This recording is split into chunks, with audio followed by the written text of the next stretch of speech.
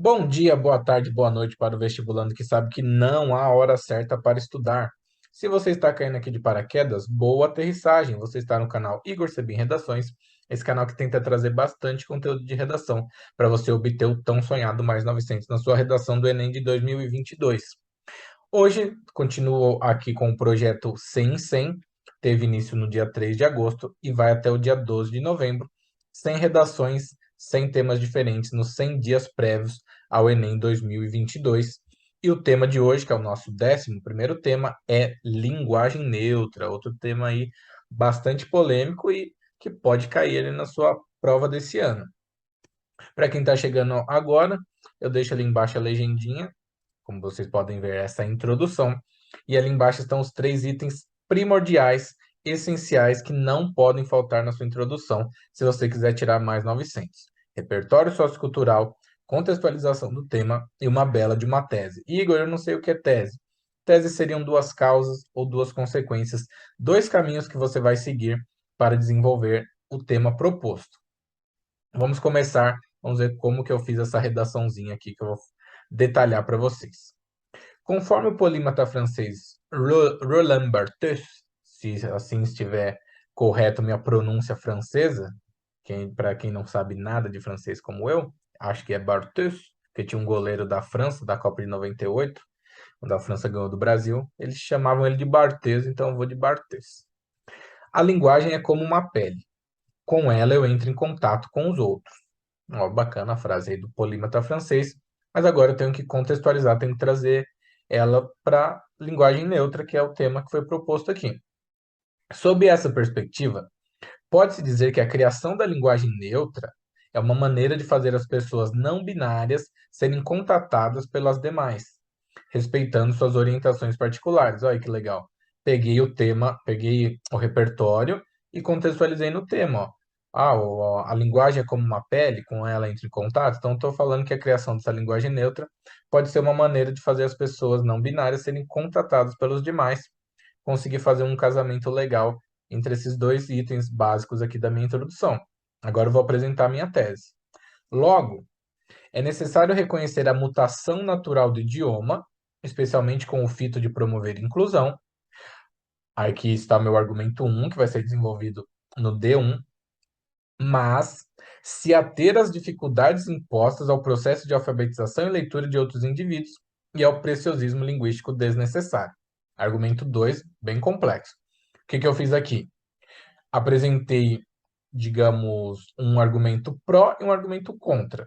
Primeiramente, é necessário reconhecer a mutação natural do idioma. Então, quando você fala de linguagem neutra, você está falando, na minha opinião, de que eu estou reconhecendo que o idioma ele é volátil, ele muda, ele pode ser transformado. Isso é natural. E eu vou citar um exemplo bem cotidiano lá no meu D1.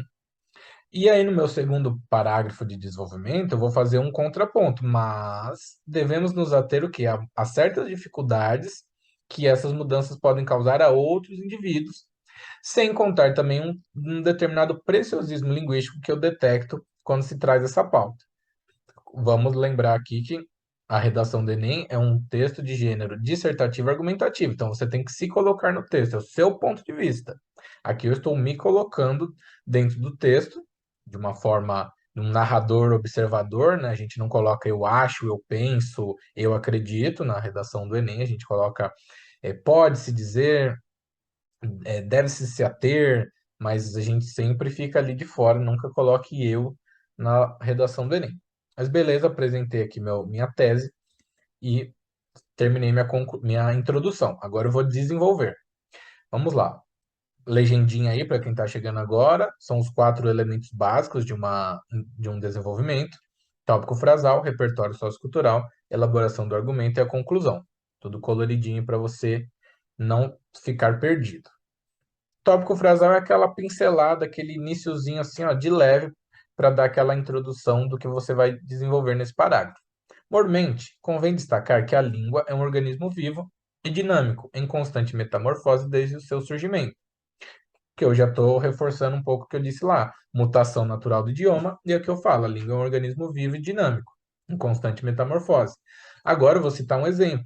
seria o meu repertório sociocultural na parte aí de linguagem, de português. Um ótimo e cotidiano exemplo disso é a evolução do pronome de tratamento vossa mercê, o qual passou por alterações durante os anos e chegou a odiar no você na forma escrita padrão, C na linguagem coloquial falada pelos brasileiros e VC nos aplicativos de mensagens e redes sociais. Logo, eu estou dizendo que, ó, tá vendo? O que eu estou falando tá tão certo, eu estou embasando o que eu estou falando. Olha, isso daí que eu falei que o organismo, que a língua é um organismo vivo e dinâmico, está sempre aí em transformação, eu posso provar pelo vossa mercê. Hoje a gente tem três formas do vossa mercê que foi reduzindo, foi sendo reduzido durante as décadas. E hoje você tem um você, por exemplo, se você vai escrever um e-mail da empresa, por exemplo. Você vai colocar, você poderia me informar quais são os valores desse produto que eu quero? Você, então é a norma escrita padrão. Quando nós estamos falando, é difícil a gente falar você. Você foi ontem lá naquele passeio lá da escola? Você estudou redação ontem? Percebe? E nos aplicativos, você coloca VC, está lá no Zap, coloca VC pode me mandar a matéria da aula de ontem que eu faltei? E perceba que a mensagem é passada das três formas. O mais importante do idioma é isso. O idioma ele surgiu, a linguagem surgiu para que as pessoas se comunicassem. Lógico que na prova do Enem você não vai colocar VC e C, porque na redação é exigida a nossa língua formal, aquela escrita padrão. Mas no dia a dia, você utiliza essas formas e você se faz entender. As pessoas te entendem quando você coloca, você fala você foi, você pode me passar, e quando você coloca VC nos aplicativos também. Então a ideia da linguagem é transmitir mensagens, receber mensagens. O objetivo está sendo cumprido dessa forma. Beleza, agora eu vou elaborar um pouco mais esse argumento, esse repertório sociocultural que eu apresentei. Nessa conjuntura, a linguagem neutra é usada pelos falantes contemporâneos para suprir demandas sociais inexistentes ou ignoradas outrora, visto que o movimento LGBTQIA+, vem ganhando voz gradualmente e denunciando exclusões, violência simbólica e desigualdades na comunicação verbal e escrita.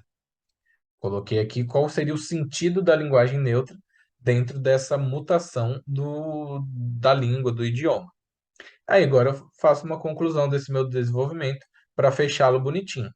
Dessa forma, é fulcral promover transformações no português que priorizem a tolerância e a inclusão dos que não se sentem representados. A ideia central da linguagem neutra é a inclusão. Então, observa que tem que priorizar a tolerância e inclusão. Se você não está sendo representado pelas palavras que existem, você pode brigar para que sejam incluídas palavras no idioma. Afinal, o idioma ele está sempre em transformação. Beleza? Então, a ideia aqui fechou. Eu coloquei de inclusão lá na introdução e da mutação natural do idioma. E aqui no D1 eu continuei essa ideia, apresentei um repertório, elaborei e concluí. O D1 está completinho. No D2, são os mesmos elementos, obviamente, é um parágrafo de desenvolvimento também, só que agora eu vou pegar aquele segundo ponto. Lembra que eu coloquei, mas deve se ater às dificuldades? Agora eu estou falando aqui, ó, todavia, percebe? Eu mantive um conectivo de contrariedade, contradição, para seguir aquela ideia. Todavia, a alteração no idioma deve ser feita de um jeito equilibrado, pois sua configuração atual norteia mecanismos que facilitam a vida de outros indivíduos. Lembra que eu falei? Tem que tomar cuidado para não prejudicar a leitura, a alfabetização de outras pessoas. Quais são essas pessoas? Agora eu vou colocar aqui. Segundo dados do IBGE, há, no Brasil, mais de 500 mil cegos e cerca de outros 6 milhões com grande dificuldade para enxergar. Esses cidadãos contam com sistemas operacionais detentores de tecnologia de acessibilidade com código aberto que combina síntese de fala, braille e ampliação de tela. Aqui está o meu repertório, citei um órgão oficial do governo, que é o Instituto Brasileiro de Geografia e Estatística, coloquei dados, tem um repertório sociocultural bacana. Agora eu vou elaborar. Dentro desse contexto, mudanças no português podem comprometer a leitura desses deficientes visuais, uma vez que palavras novas, feito amigs e todes, não seriam próprias para as ferramentas supracitadas, porque você tem o G, o X e o S, você tem um arroba no meio do D e do S. Isso daí prejudica esses sistemas que teriam que sofrer alterações, atualizações para acompanhar essas mudanças. Então, de certo modo, você vai prejudicar um pouco esses indivíduos que se alfabetizam por um outro sistema que não é a nossa leitura padrão. Ademais, observa-se que determinadas nomenclaturas não carecem de invenções, dado que a diferenciação entre amigos e amigas pode ser substituída pelo substantivo colega, cuja neutralidade já está presente em sua utilização naturalmente. Aqui, de novo, aí é aquela hora que a gente entra no texto, que a gente dá o nosso pitaco. Eu coloco aqui, na minha humilde e singela opinião, alguns termos acabam sendo desnecessários. Porque para que eu vou criar o amigues para não ficar vinculado o amigo, amigar, o e a, para definir gênero, se eu tenho colega? Colega, eu tenho uma colega, eu tenho um colega. Colega é neutro já.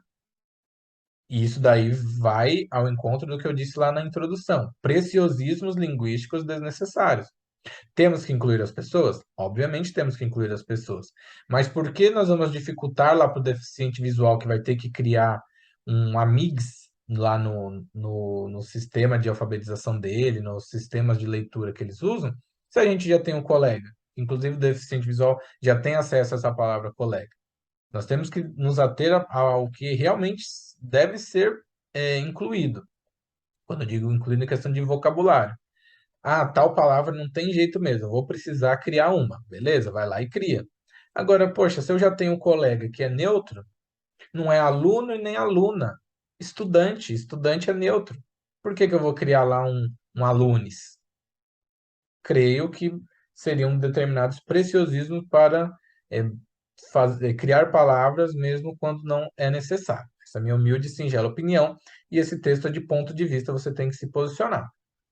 Beleza? Então, elaborei meu argumento, dei os meus exemplos, coloquei aí a minha visão, agora eu vou concluir. Assim, é essencial ponderar a inserção de termos com o fito de não gerar exclusões de alguns devido à inclusão de outros. Foi o que eu estava falando antes. Nós temos deficientes visuais. Nós temos pessoas que são alfabetizadas, aqui que eu coloquei, né? Uma síntese de fala, braille, ampliação de tela. Nós não podemos incluir as pessoas não binárias e, ao mesmo tempo, excluir as outras pessoas que têm uma dificuldade de leitura, que precisam de um outro sistema, precisam de um sistema operacional com grande tecnologia para ter acessibilidade à língua. Creio que deve-se achar um meio termo. Vamos incluir sem excluir. E aí, senão, se você está incluindo uma pessoa para excluir a outra, no final você não incluiu ninguém, você só mudou o grupo que está sendo excluído e o grupo que está sendo incluído, certo? Essa daqui é a minha humilde e singela opinião, finalizando o D2. Até agora nós temos uma redação bonitinha, introdução, D1, D2, todos os elementos necessários, mas nós estamos em busca do mais 900, então nós precisamos de uma conclusão sensacional. Ali embaixo, novamente, tem a legendinha com as cores, identificando cada coisa. Você começa a sua conclusão sempre dando uma retomada no tema. Aquela síntese, aquela coisa, é como se fosse um tópico frasal, essa retomada. Dessart, um conectivo de conclusão. A linguagem neutra é de suma importância para muitos brasileiros, foi o que eu disse lá no D1, porém deve ser promovida com cautela e assertividade, é o meu D2. Então, o que que eu fiz aqui? Retomei o tema, retomei minha tese, beleza. O primeiro item tá feito. Agora eu tenho que fazer a minha intervenção com 5 elementos: agente, ação, modo e finalidade. E o detalhamento seria um complemento de alguma desses 4 primeiros elementos. Eu gosto muito de fazer o detalhamento na finalidade, me sinto mais confortável, que as ideias fluem melhor, mas você pode fazer em qualquer um dos 4 que estará correto, beleza? Então vamos lá, vocês estão vendo a legendinha. Portanto, é Mister que o Ministério da Educação, então nós temos nosso agente, consulte linguistas renomados no país e os ativistas do movimento LGBTQIA+, temos a nossa ação. De que modo vai ser feito isso? Por meio de debates públicos. Modo concluído também. Com qual finalidade? Com o intuito de incluir novos termos na língua portuguesa. E aí vem meu detalhamento dentro da finalidade. Essa inclusão de novos termos na língua portuguesa deve ser feita como? Sem exageros e sem prejudicar outros cidadãos que merecem os mesmos cuidados e proteção de seus direitos sociais. Beleza? Detalhei a minha finalidade, tenho todos os elementos. A última frase que eu gosto de fechar, ela geralmente também funciona como um detalhamento da finalidade. E eu tento sempre fazer um link com a frase inicial, porque nos é cobrado no Enem um texto coeso, certo? Como você dá coesão a um texto? Ele tem que ter começo, meio e fim, e o texto tem que conversar entre si. O que você coloca na introdução tem que ter no D1, no D2, e você tem que resolver na conclusão. Você coloca um problema, você detalha as causas desse problema, as consequências desse problema, e lá na conclusão você resolve. Logo, eu gosto de pegar aquela primeira citação, aquele primeiro elemento que eu coloquei, seja uma citação, um elemento de uma série, de um filme, uma alusão histórica, e tentar fazer uma referência nessa última frase para falar para o corretor, olha, eu fiz um texto coeso, o meu texto está tão coeso, você pode ver que a primeira e a última frase, elas conversam entre si, elas têm uma relação direta. Então, vamos voltar aqui rapidinho, para voltar, o polímata francês, que vocês já ouviram falar que é o Barthes, falou assim: a linguagem é como uma pele, com ela eu entro em contato com os outros, beleza? Linguagem, pele, contato com os outros. Aí eu vou finalizar o meu texto. E eu tô com aquilo lá na cabeça: linguagem, pele, contato com os outros. Aí eu coloco aqui. Dessa maneira, impedir-se-á que alguns indivíduos sintam na pele, aí, a falta de contato de suas personalidades com seu idioma nativo. Pele, contato, idioma, percebeu? Você pega os elementos daquela primeira frase e você tenta fazer uma frase que tenha referência. Pô, o corretor é inteligente. Ele é, em relação à redação, mais inteligente do que nós. Quando ele olhar isso daqui e falar, caramba, olha, ele colocou alguns indivíduos sintam na pele, opa, pele tem lá, a falta de contato de suas personalidades com seu idioma nativo. Olha, lá ele falou, o polímata falou que a linguagem é como uma pele que entra em contato com os demais. E aqui ele está falando, sintam na pele, né? Eu coloquei um elemento aqui da nossa língua, de sentir na pele, de sofrer. Então, vamos impedir que alguns indivíduos sofram com a falta de contato de suas personalidades, pois são pessoas não binárias que precisam de termos, é, digamos, exclusivos, né? Termos mais condizentes com as suas orientações de gênero com o seu idioma nativo, é a relação com a linguagem. Então, gente, modéstia à parte, essa daqui é uma conclusão fenomenal, porque você pega aquela primeira frase, linka com a última e você fecha seu texto assim, ó, é aquela cerejinha, aquele bolo já tá lindo, maravilhoso, mas você coloca aquelas cerejas maravilhosas em cima do bolo e fala, pronto, eu tenho aqui uma obra de arte em minhas mãos, eu tenho uma redação mais 900. Então, sempre que der, não é sempre que dá, não, não, nem sempre você vai conseguir fazer essa ligação. Às vezes eu já comecei, por exemplo, a ter redações com Constituição, aí é mais difícil, ou quando você coloca uma legislação assim mais direta, é mais difícil. Mas sempre que der, principalmente quando for citação, pegue três, quatro palavras, pegue a ideia daquela citação e faça uma referência na sua última frase, que vai ficar sensacional. O corretor vai perceber, ele vai pontuar bem a sua coesão e você vai ganhar pontinhos preciosos para conquistar o seu mais 900, beleza? Então, fechamos mais uma redação aqui do nosso projeto 100. Se você gostou, dê sua curtida, salva para assistir novamente depois, indique para um amiguinho, já se inscreve no canal, ative o sininho para já receber na hora quando as outras forem postadas aqui no YouTube. Se você não gostou, acha que essa redação não merece o mais 900, coloque nos comentários por que que essa redação não merece mais 900, onde que você tiraria mais de 100 pontos nessa redação. E aí as críticas construtivas feitas de forma educada e respeitosa são sempre bem-vindas para a gente observar, refletir e tentar melhorar para as próximas, beleza? E para quem gostou também, dá uma olhadinha nos links da descrição que podem ser importantes para você, para além desse conteúdo gratuito aqui do YouTube. E como a Cecília Meirelles disse, há mil maneiras de se colaborar na obra da educação, há terreno para todas as vocações. Estou tentando ocupar uma pequena parte desse terreno imenso do YouTube para colaborar na obra da educação de vocês com a minha pequenina vocação para a redação. Desejo a todos ótimos estudos, um grande abraço e espero que você volte aqui para a sequência do nosso projeto 100.